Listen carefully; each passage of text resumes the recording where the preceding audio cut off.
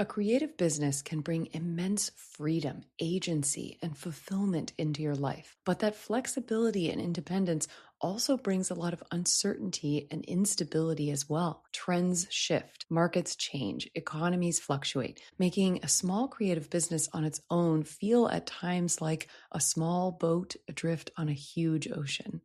The real reason you begin a creative venture is definitely not to stay stressed and uncertain or just on the whims of chance and luck. It's to nourish and support you, whether that's to support you financially or to supplement your income, to connect with your creativity, to build community, or to really step into and serve your purpose. Maybe it's a little of all of those things. Having effective strategies to help you build stability and resilience into your creative work can make all the difference.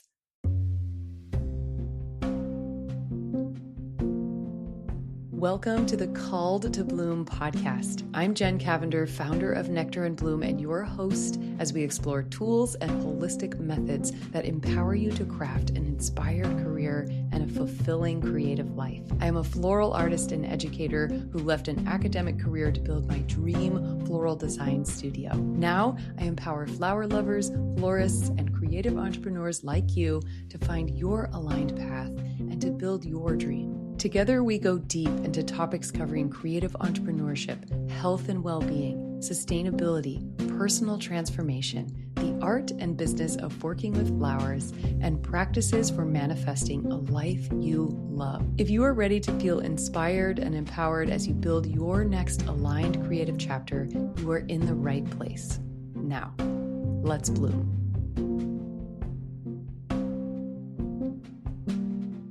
In this episode of Called to Bloom, I am coaching you through two of the strategies that have been the most impactful for me in bringing stability, resilience, and sustainable success to my business. And they are strategies that are going to help you make big positive shifts as well. First, I'm going to walk you through each of these strategies, and I'll share with you how I've applied each one in my own business. And then we'll look at how you can apply these strategies to your own creative venture as well. The right strategies can help you reduce your vulnerability to changing markets and trends, release commitments that have you spread too thin, and discover how to diversify what you offer and niche down to really attract and serve your ideal audience. Let's dive into the two key strategies to help you build stability and resilience in your creative business.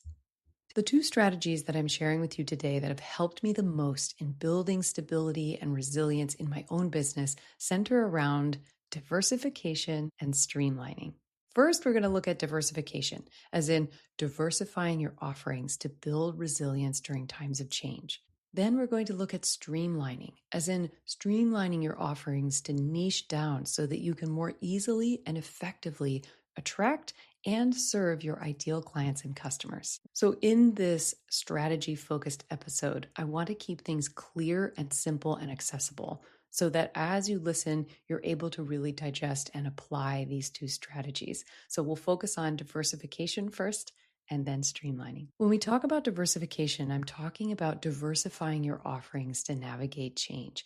It's important to specialize, but not silo yourself. Markets change, circumstances change, and you need to be nimble. And it's not just in creative entrepreneurship. Diversity is stronger in gardening, where you have different varieties of crops that are going to help create an ecosystem together. In finances, where you have a more diversified portfolio so that all of your finances aren't in one place in case things change, which they always do. And it's the same in creative business. If you have only one offering and something happens in the world or life circumstances change, that can make it very challenging to continue to have work or to continue to create an income or to continue to have the creative outlet you are seeking because you only have that one outlet. So this will get a little more clear as I share my own experience as a specific example, and then we'll look at how you can apply this strategy as well. In my own business, when I started Nectar and Bloom, I was making this big pivot out of academia as a professor of English and literature, having come from my MFA in creative writing. My plan was to be a writer and a professor, and that's what I was doing until I discovered floral design, and I kind of had this, whoa, huge pivot and shift. I had been searching And I've talked about this in a couple of episodes, including the first one, which was how to build a floral design studio from a 180 career pivot, which is what I did.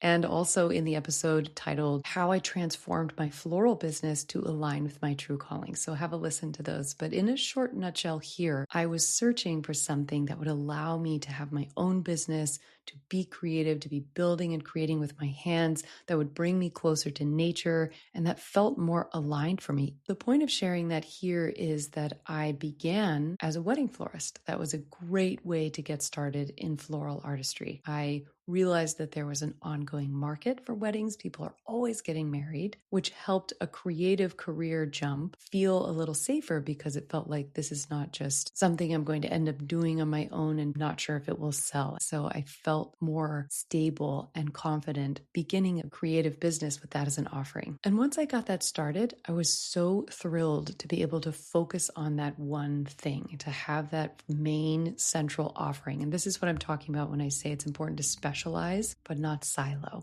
So specializing, especially in the beginning, is really important. You don't want to be all over the place with a lot of offerings and no focus, because it's harder for a client to find you and book your services because they're confused about what all you offer. So it's good to start with a single offering in the beginning. But things can happen, things can change, events can happen, life changes. For me, two things happened. One was I'm the kind of person who needs to grow, who needs space to evolve. And I think a lot of listeners are this way as well, where you might start with one thing and do it really well, but then you need to grow. So the first thing I did was start to diversify by offering mentorships and workshops. I am an educator at heart. I love to coach and teach and mentor people. I love to empower you as you grow and step into new callings. So it was a natural step for me to make space in what I offered to start teaching floral design as well. So first I started with those weddings and events, and then to expand my offerings,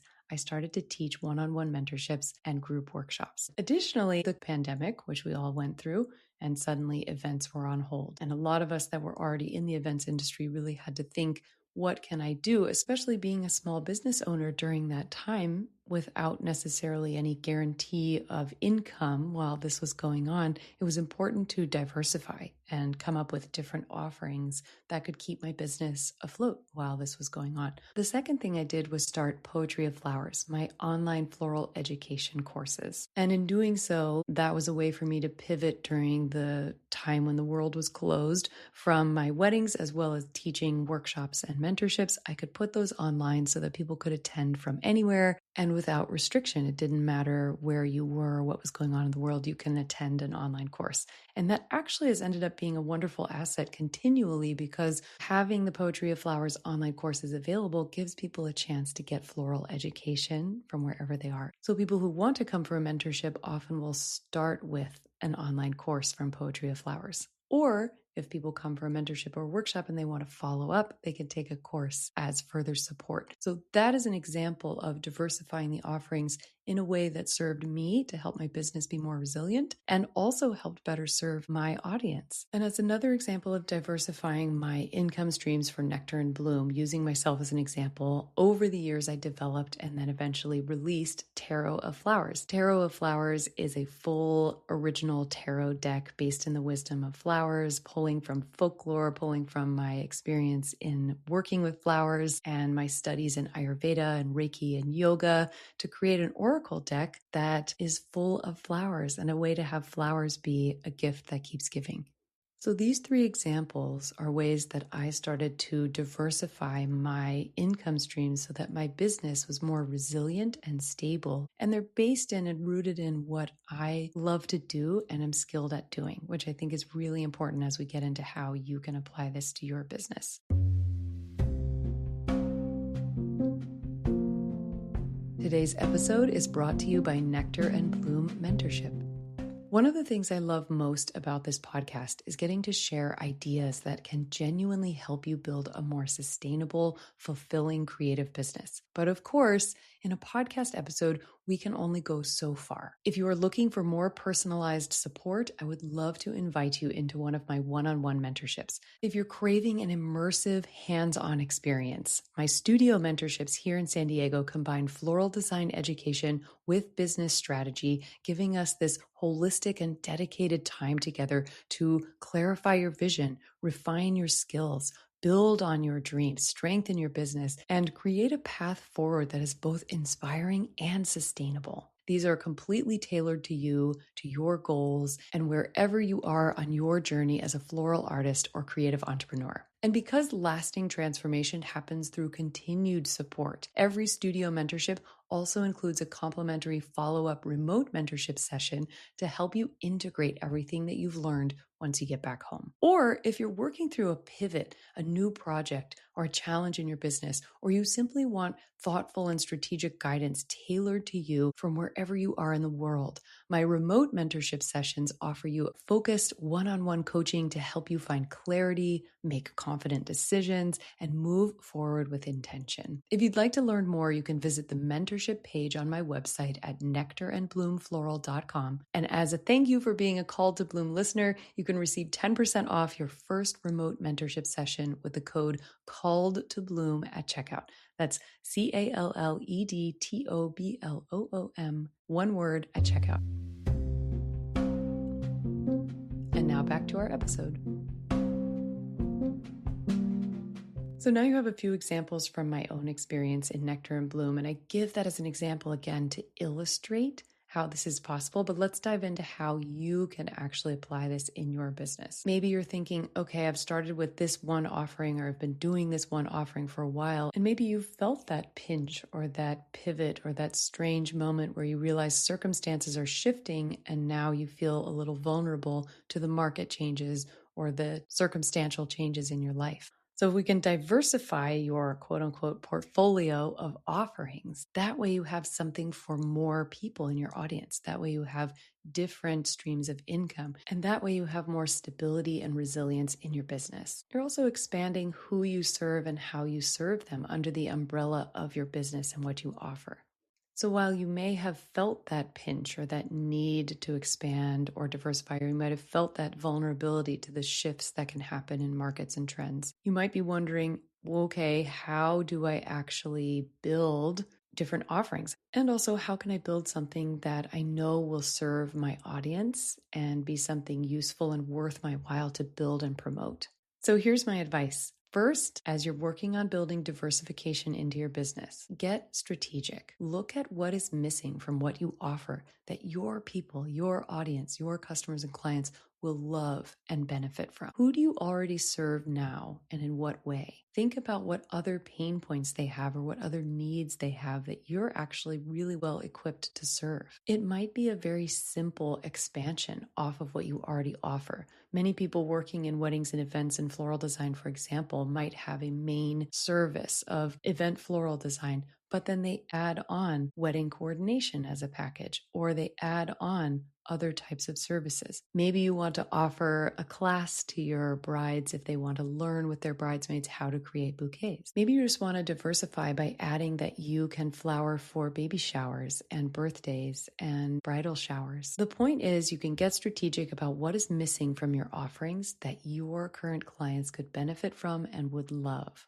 So do a little soul searching and journaling or brainstorming on that as you start to diversify. Secondly, remember that you are good at more than one thing. Explore your passions. Draw from your background and your past chapters. You've heard from my example and how I drew from my past as an academic professor, as a writer, as a yoga teacher, as well as a love for healing arts and transformative experiences. Everything I do pulls from those passions as well as those skill sets. So think about what you are good at. Think about your passions, think about your background and past chapters. And I guarantee you can create another offering based in that knowledge. With those two in mind, a third suggestion brings them together. How can you better serve your people? What else might they love that you can uniquely offer and that you would enjoy creating or providing? So that's where you bring together your awareness of your clients or your audience, expand your understanding of what they need and what they would love to experience, and then pair that with what you love. This is your skill sets and your passions. Next,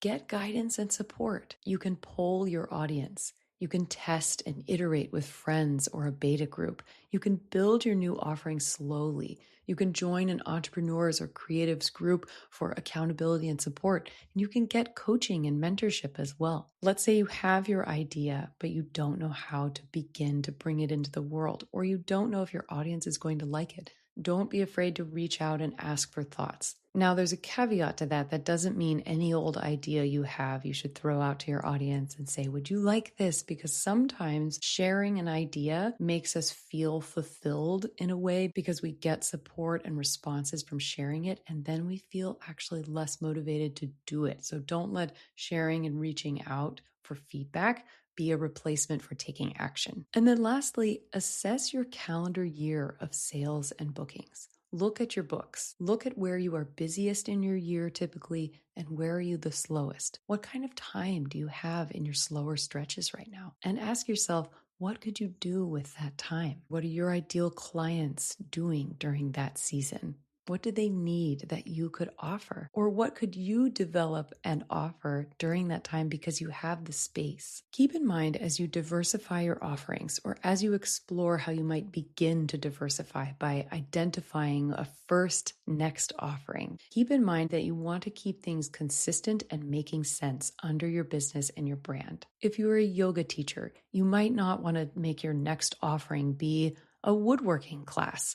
That could be a passion of yours and that could be very interesting to you, but it doesn't necessarily make sense under your umbrella as a yoga teacher. Things that might make sense as a yoga teacher would be offering workshops outside of your classes, offering retreats, offering sound baths, or other wellness activities that you might be trained in. Or maybe if you have a background in dance, you bring dance fusion into your yoga classes. If you have a background in writing like I do, maybe you create some kind of resource or a book for your students. If you're a floral designer and you're already doing weddings and events, maybe look into your skill set, your background, and your passions to see what else could you offer within that world of flowers and floristry. Let's say you had a background in nursing, but you moved into floral design. Could you create workshops in the healing power of flowers for people working in healthcare? Then you're focusing on an audience that you know well and personally, that's giving a service to them that they would love and benefit from, and that you are uniquely skilled or experienced to create and offer.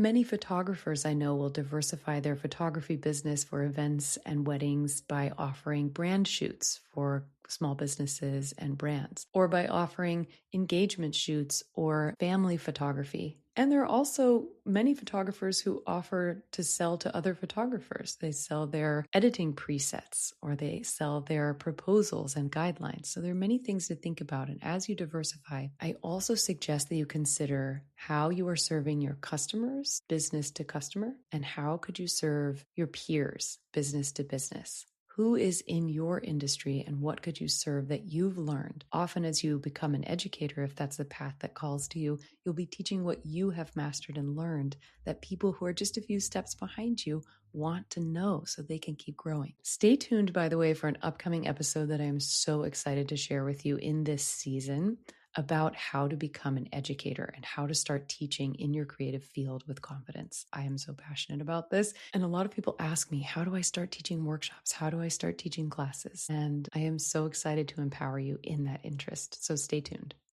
So now that we've looked at diversification, how to diversify your offerings or begin to think about and strategize what other offerings within the umbrella of your business and brand you could offer uniquely to your clients and customers. Let's take a look now at the other strategy, which is streamlining.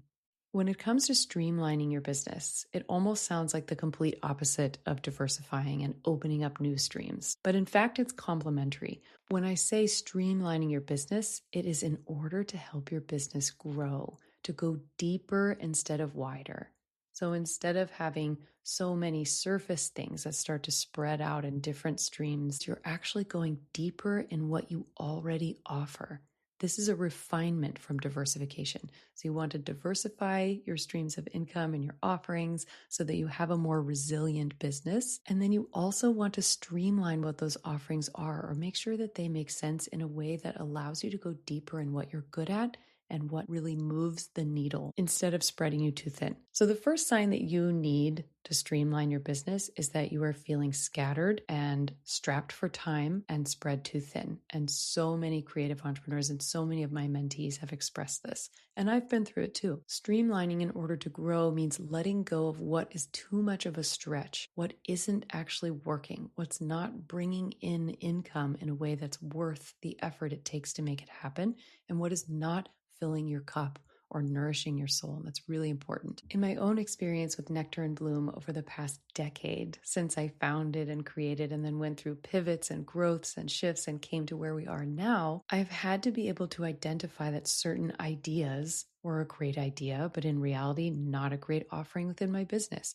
or certain initiatives or offerings that I came up with or began weren't something that I needed to continue with or keep. I remember it was back in 2019 where I was really having this kind of renaissance of excitement and new creative ideas. I had the wedding and events side of my business up and running and flourishing, and I suddenly had this great desire to diversify. I wanted to try new things. I had already started my mentorships and my group workshops, but I really wanted to keep growing. A few of the ideas were wonderful, including, as I mentioned, Tarot of Flowers. That was an idea that came to me to create an oracle deck based on the wisdom of flowers. But a few of my ideas were not great. One of them was to create floral confetti and have it be in cute little jars and sell that as a product. And I mentioned this one because it was related to floral design, so it made sense under my business. It was fun and a cute thing that you could have for sale to any customer, including wedding clients who might want it as a party favor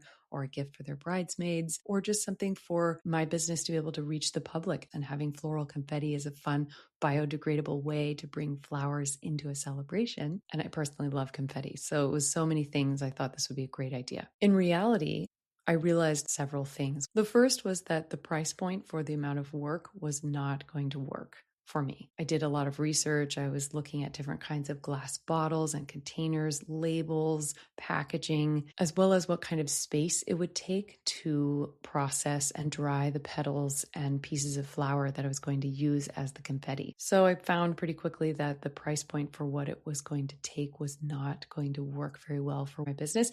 And upon iterating, I realized it was a lot more complicated than just drying petals and putting them in a jar and putting a cute label on it and selling it, because the first set I created, I gave as gifts and I sent one to my parents. And some of the types of flowers that I chose to dry and use as petals didn't dry enough. So one of the jars had kind of molded after time had gone by. And that was a sign to me that this is more complicated than I have the time to do. This is outside of the bandwidth of what I want. This was a fun idea. This could work for a different business. This could work for a different person. But for me, this is an idea I need to let go. I can do this for fun. I can dry my rose petals when I prune my roses out on a big tray, and I can use those in a bath, or I can give them to friends as a gift to use in their bath or to scatter as confetti. But having it be prepared and optimized and regulated to be able to package and sell as a product was a much bigger project than what I was interested in at the time. So we had to let floral confetti go. And if this gives you an idea and you want to do it, do it. It's such a fun idea. And people do it. There are other companies that have created floral confetti, but you could put your spin on it. Just know that it's going to take a little bit more complex dehydration process, packaging and storing, and making sure you have the space for that whole operation when orders come in. Over time for me, as my business grew and became more about transformative floral education and immersive experiences, I also needed to let go some of the quantity of the events and weddings I was taking. My work became much more about creating resources and experiences for flower lovers and floral designers and creative entrepreneurs, because that was true to me. And I needed to make enough space for that. So I had to also streamline and let go the quantity of events I was doing. There are so many fun things you can do with flowers. It's almost intoxicating. It can go from weddings and events to having a pop-up flower cart to doing editorials and marketing with brand partnerships, to having a brick and mortar shop with florals and gifts. So many things you can do, and that's only scratching the surface. And as I mentioned, you can also create products that are based in flowers, from books to cards if you're into painting or graphic design, greeting cards. There's so many things. So you really have to take this step of streamlining if you're an excitable creative like I am, to put the blinders on and allow yourself to assess, is this actually worth my time among the offerings I offer? And is this moving the needle? I mentioned the needle because I want you to consider how there are actually two needles, so to speak, that we want to make sure what you're doing moves. When we say move the needle, of course, we mean it makes an impact. It's worth its while. The needle is like when you hit the gas in your car and the speedometer goes higher. So is this actually moving the needle? Does it create a noticeable, measurable change? And my point in using it for us is to talk about how there are actually two needles. There is the needle of finance. It moves the needle for your business. And the needle of fulfillment. It moves the needle of your soul. This is so important. It sounds a little woo, but it's very easy to overlook whether or not something is worth your time to you, whether or not it actually fills you up. Because as you know about me, and if you've listened to other episodes or you've come to work with me in any way, you know that it's really important to me to encourage you to make this life, this one beautiful life that you have to live, this one space of time that you have to create and share and thrive and be the person that you're meant to be, to make that aligned, to make it something you enjoy, and to make it something that when you look back on your life, hopefully many, many years from now, you look back and feel thrilled about what you did, and you feel proud and you feel fulfilled. And that can even be on a small scale. Day to day, at the end of each day is the end of each little daily lifetime. How do you feel at the end of your day? Do you feel agitated and empty and drained, or do you feel excited and fulfilled and in alignment? It doesn't mean every day is going to be perfect, but to be pursuing that, to be moving toward that kind of feeling in what you do is really important. There's a famous speech that Steve Jobs gave to graduates that mentioned, if you look in the mirror at the end of each day and you are unhappy with your life over and over and over, you need to pay attention to that. It's not just a mood. It's not just a bad day. There are changes that you need to make in order to have a fulfilling life. So it's very important to me for you that as you look at your offerings and you want to streamline what is actually moving the needle for your business and what is actually moving the needle for your soul. They both need to be considered, because at the end of the day, you could have all the money in the world. Maybe something is making you tons of money and it's great, but you could be very unfulfilled. You could be unhappy with your life. You could feel empty and drained and frustrated and completely out of alignment. So it's important to notice and acknowledge those two things, because if you can't enjoy your life, what is the point of the financial success? We want to make sure your offerings move the needle of finance, but they also move the needle of fulfillment.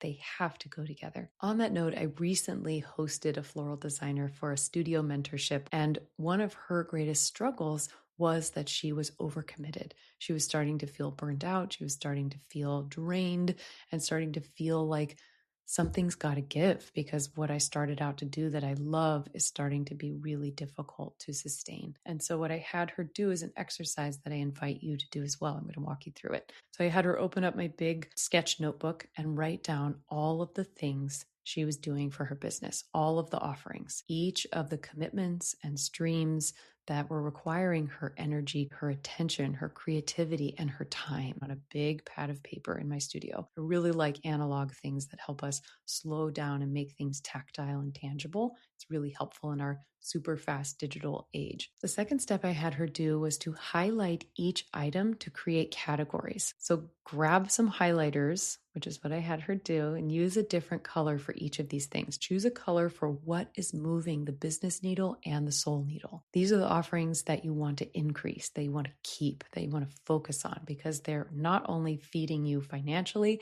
they're feeding you in fulfillment. That is what we are after. Then choose a different color to highlight what is good for the business, but not good for you. Something that feels like it brings in good income, but it's draining, it's frustrating, you don't feel very good at it.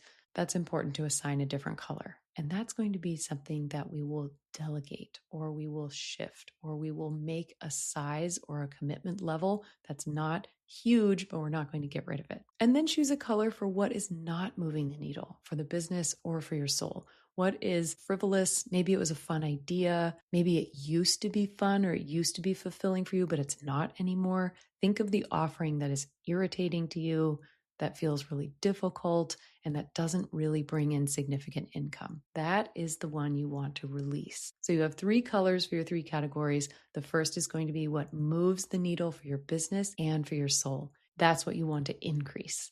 You have the second color for what is good for the business, but is draining for you. That's what you want to delegate or decrease in size or commitment level. Maybe you still offer this, but you don't offer it in such a big scale. And the third is the color for what is not moving the needle for your business or your soul. This is what we want to release. Now, it's very scary to say no to business, to turn down something that you've been doing that has brought in income or that other people want you to do or that you get support for doing in some way, even if it's not earning very much and even if it's not filling your cup. I've worked with so many creatives in my mentorships and workshops, and this is always a very scary point. What are we going to release? What can we let go to streamline, to make what we focus on in the business more worthwhile and moving both those needles, fulfilling and supportive financially? But actually letting something go, letting an account go, telling a client you're no longer going to create for them on a monthly basis, whatever it is, it's scary. We have this wired sensibility that we need to keep the work we have, that we need all income streams open. But the reality is, if it is not earning a significant amount and it is not something you enjoy, it is something to release. And when you do release that kind of obligation or that kind of offering that's no longer fitting, you actually free up more of your creative energy, more of your physical energy, your vitality, and you're more available to pour into the things you want to increase, the offerings that actually move the business needle and the soul needle. And you have more bandwidth and more space to think of new ideas, to diversify in a way that's more aligned for you. Doing this exercise with this mentee I'm talking about was really effective, and it helped her to notice and really see visibly the things that were pulling her away or spreading her too thin, that were scary to let go, but that she could really let go. And on the same page, she could see the things that are really working, that are fulfilling and financially abundant, the things she can double down on and be more available for to the benefit of the business and her clients and herself. When you make your business and your offerings aligned for you and manageable for you, so they're diversified in a way that gives you resiliency and they're streamlined in a way that gives you stability and that is nourishing for you, you make your business more sustainable. You say yes to building a career and a life that is supportive for you, that nourishes who you are and that is aligned so that it's something that is less of a misery and more of a flow. The work that you do is still work, but it's aligned. And one of the beauties of having your own creative venture or your own business is that you can shape it to what interests you and what is important to you and what works for you. So I give you these strategies so that you can be empowered in that awareness and in that agency to shape this business so that it supports you and nourishes you, which is the whole point, which is why we start a creative business. So, in applying this method or this strategy of streamlining to your creative business, you have this exercise to identify and clarify and assign different categories to the types of offerings you have so that you can see what you can increase, what you need to delegate or decrease, and what you can release. Those are your 3 categories. This process also helps you identify what you are leaning on that may be inconsistent for you or that stresses you out or is making you bored or feel burnt out or spread too thin. Knowing that and feeling that in your body is what we want to identify and trust. That is going to be where you evaluate. Is it all of those yuck feelings, but it makes a lot of money? Maybe we find a way to delegate or decrease. If it's all of those yucky feelings and it doesn't really make significant money, we're going to let it go. We're going to trust that reallocating that energy and creativity is going to bring abundance and fulfillment in a different offering. When you are in alignment and full of joy and full of purpose, when you feel supported and nourished in what you do your best work. So it benefits your clients and your business as well. One last piece of advice on streamlining and diversifying your business to create stability and resilience that I want to offer you today comes from an experience I had when I was in Sedona earlier this year. I had a very cool opportunity to go on a little gals retreat with one of my girlfriends who's very spiritual and open to the energetics and possibilities when we make space. And she and I often have very cool synchronicitous experiences. So we made a little space to go to Sedona, hike, relax, and just be open to the messages. And while we were there, we laughed so hard. I felt like we released so much energy and made space for creative nourishment and new ideas. I had many downloads, side note, about creating a retreat in Sedona where we could do creative well-being experiences with flowers and yoga and intention setting and dream building. So stay tuned for that. But the experience I want to mention to you here that has a nugget of advice in it for you was that on our last day, I felt called to go to a Vedic palm reader who was about abundance and career specifically. And I thought, that's interesting. I feel kind of a physical, energetic draw to that. I feel a little ping inside me to go explore that. My brain, of course, was also like, palm reading, whatever. Maybe it's too woo for me. I don't know. So I let myself go into another shop and see if that desire stayed with me. And it did. It didn't go away. I kept feeling like, you should go do that. You should go do that. And so I did. I followed that instinct, which I think is really important that we can tune into when we have those kinds of instinctive messages come through. There's an experience that needs to happen. So I go to the Vedic palm reader about abundance and career. And through the little session we had, I think it was only about 15 to 20 minutes, told me lots of things about my palm, things about me, things about my career. But the lasting nugget, which I want to share with you here, was that he said so beautifully and so simply, he looked at me and he said, in your career, where is the money coming? Go there. So my question for you as well, if any of this feels complicated or you're not sure where to start, look at your career as it is now, look at your creative business as it is now, and ask yourself, where is the money coming? Where are people reaching out and booking and supporting you with ease? Where is the most income coming through for you? Go there, build that, trust that. There's a reason energetically that people are coming to you and paying you happily for whatever that offering is because you are good at it. You are meant to do it. You have a skill set there. Now, the one caveat is what we just talked about, which is it something that fills you up? Is it something that brings you joy? If it's not, but it is bringing people to you and it is bringing financial abundance, what can you shift about it so that it would be more aligned and fulfilling for you? Is that a decrease in how often you do it? Is that bringing in support so that you can delegate some of what that task or that offering requires of you? Or is that letting something else go that is draining you or depleting you of your creativity, your energy, or your time that isn't moving your needles and could be freeing up energy for you to do more of what this offering seems to be showing you, which is that this is the path, this is where you're meant to go. So I want to keep this episode manageable, especially since right now it's summer, things are super busy, it's hot, pitta season, and what we need is less intensity and more ease. So I want to keep this to what I've shared with you, and we'll wrap it up for today. Each of the strategies we've talked about today will help you build more stability and more resilience in your creative work and in your business. Keep in mind that you can diversify what you offer so that you have a more diverse portfolio that's less vulnerable to changes that happen, so that you have other options and other streams of income other than just the one. Make sure that those are aligned with who you are, your passions, your background, your skill sets, and that they make sense among the offerings that go under your brand. That means be discerning. Sometimes a passion is just a passion. Sometimes a different interest or a different offering really belongs in a separate business. Maybe you want to start a second venture. Maybe you want to transition out of what you were doing. But in general, diversification of your offerings can allow you to have more streams of income that keep you steady and keep you supported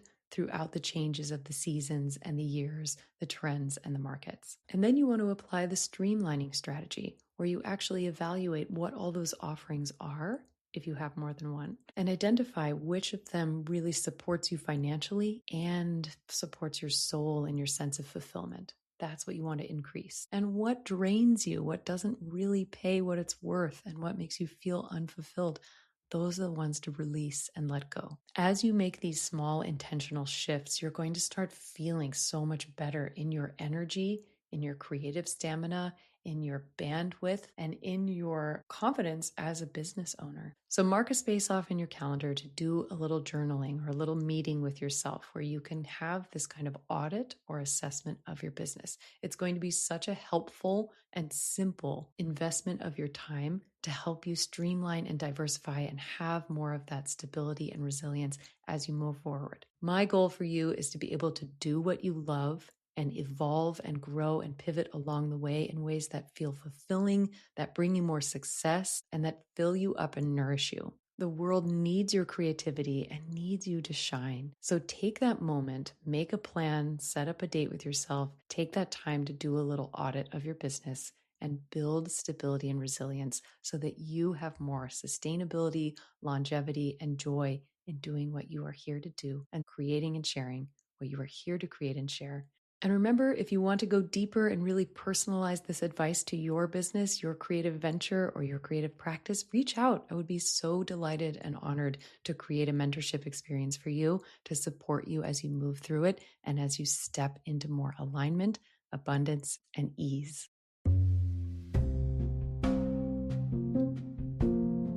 Beautifully done. You just completed another episode of Called to Bloom, another step forward on your creative journey. Finishing any resource that nourishes your growth and makes you feel more connected is one of the most empowering things you can do for your business and your creative calling. Now, to expand your experience, hit follow so you never miss an episode. And also, please take a moment to rate and review. Your words are so powerful in helping other creatives like you to discover this podcast. Then head over to calledtobloompodcast.com to find show notes, resources, discount codes, and details from our sponsors. If you're ready to deepen your practice with classes and immersive experiences in flowers and well-being, head over to nectarandbloomfloral.com and explore my workshops and retreats, my one-on-one mentorships, the Poetry of Flowers holistic online courses, and my original Tarot of Flowers deck. You can also find me on Instagram at Nectar and Bloom for more inspiration, tools, creativity, and like-minded community. For now, keep blooming. The world needs what you are here to create.